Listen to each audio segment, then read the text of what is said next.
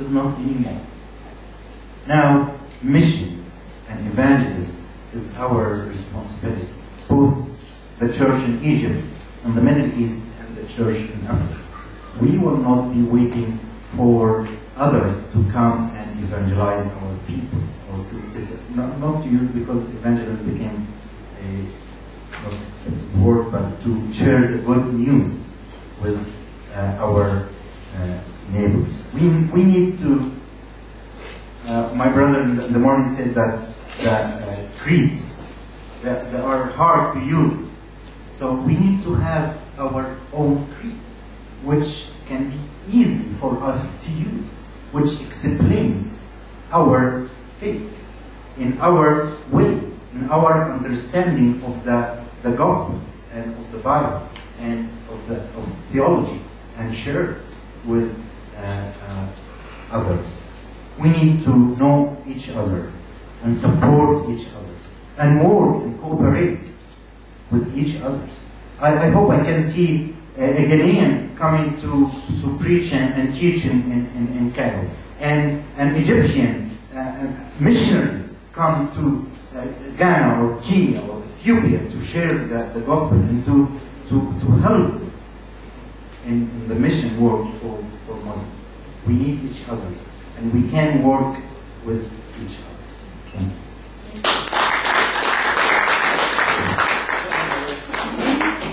you. Thank you. Thank you, Tharawat. Thank you very much. Tharawat is a very good friend. He's passionate about missions in the Muslim context in Egypt. And when I was trying to get us together here, one of the things I thought about was a Northern African church. And I also wanted to get the Ethiopian Orthodox Church. Unfortunately, when I asked about Ethiopian Orthodox Church, they said it is difficult, almost impossible, to get someone. But I don't give up. I hope that we can still talk to each other. We need to talk to each other. The Northern African Church, we can only get someone from Egypt, because Tunisia, Morocco, I was told there are hardly indigenous Christians that could come. I had floods of emails from Americans, from Westerners who are living there, and they wanted to come. And I said, we want Northern African indigenous Christians to come. Forbids it. And we couldn't get it. The very law forbids it. The law even forbids it, yes. So I think your last comments are very important. Can we have 15 minutes questions, and then we take a break for 15 minutes? If you have quick questions for Tharawat, and then we can decide what afterwards what we want to do in the evening. Yes. Number 1 at the back. Number 2. Number 3, 4, 5. First of all, I would like to thank you so much for your presentation, which is very enlightening, and I would like to salute the church in Egypt, who are our grandfathers in Africa, for not giving up, because even when they were pressed by our brothers, when they defended them, they have continued to live on. So my question is, good. I wanted the question. I would like to more enlightenment on the dialogue, because you have mentioned that one of the approaches to Muslims is dialogue, which is actually initiated by Christians. What is the impact of this? Thank you. Thank you. But number 2, make it a question and make it snappy. Thank you. Yeah, quick question. With all the repression, with all the restriction that the church is facing in Egypt, I guess if there are converts, there may be underground converts, separate converts. How is the church nurturing such converts in a situation like what you have described? Good. 3, Yusuf Kuduraki. Thank you. My question is whether you can give us a model of the theology of survival. The Egyptian church has survived Islamic oppression for these centuries. And I looked at the way Christianity is in some parts of Africa. It can easily be wiped out if persecution should come. What model can we learn in terms of survival as you have survived? Thank you. Solomon.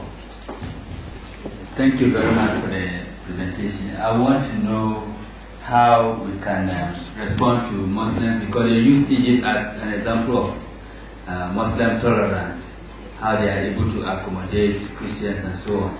So how should we, what should be our response? Is it right that they are tolerant and they are giving you all the freedom that you need? Just let it.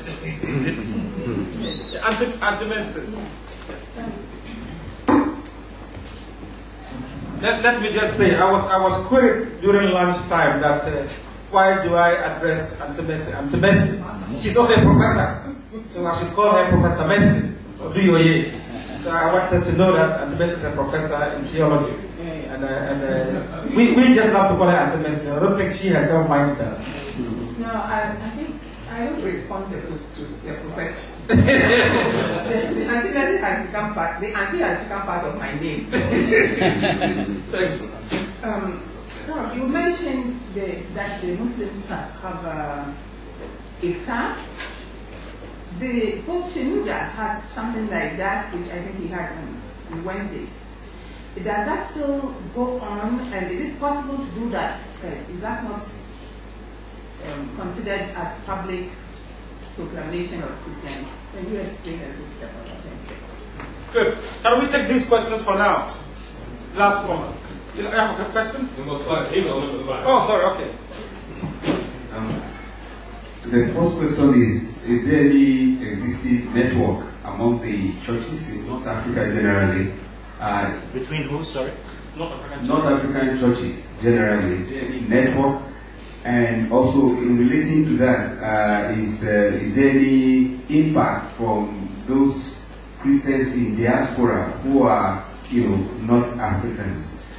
On the other hand, is the question of how has Christianity or Christians generally in Africa respond to the situation in Egypt?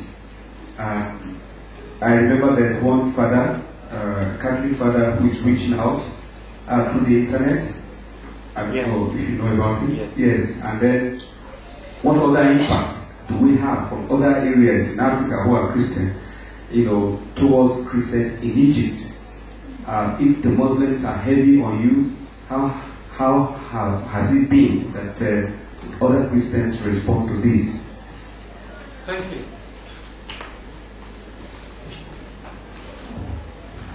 For first question about dialogue in Egypt and its impact, actually the impact is only between high scholars and leaders only, not in the grassroots.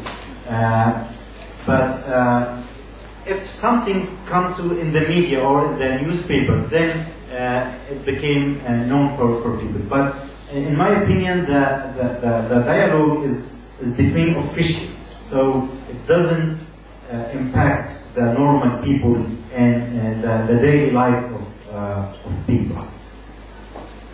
For the converts, it's a very hard situation in Egypt.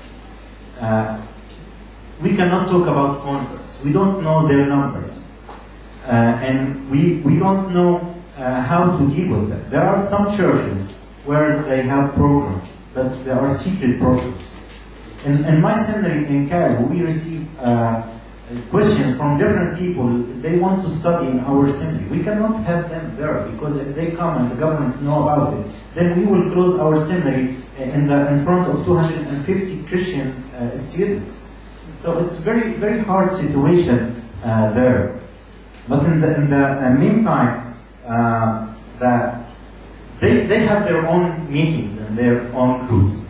Recently, I heard about the underground church of converts, which has about 300 people, which is very amazing to have something like that in Egypt. But unfortunately also, and this is something we need to pray about and to work at, the Egyptian church is not ready yet to receive the converts from Islam for many reasons.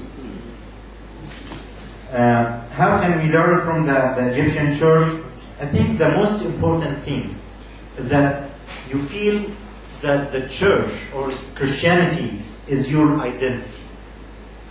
It is not something that came from abroad, but it's your identity.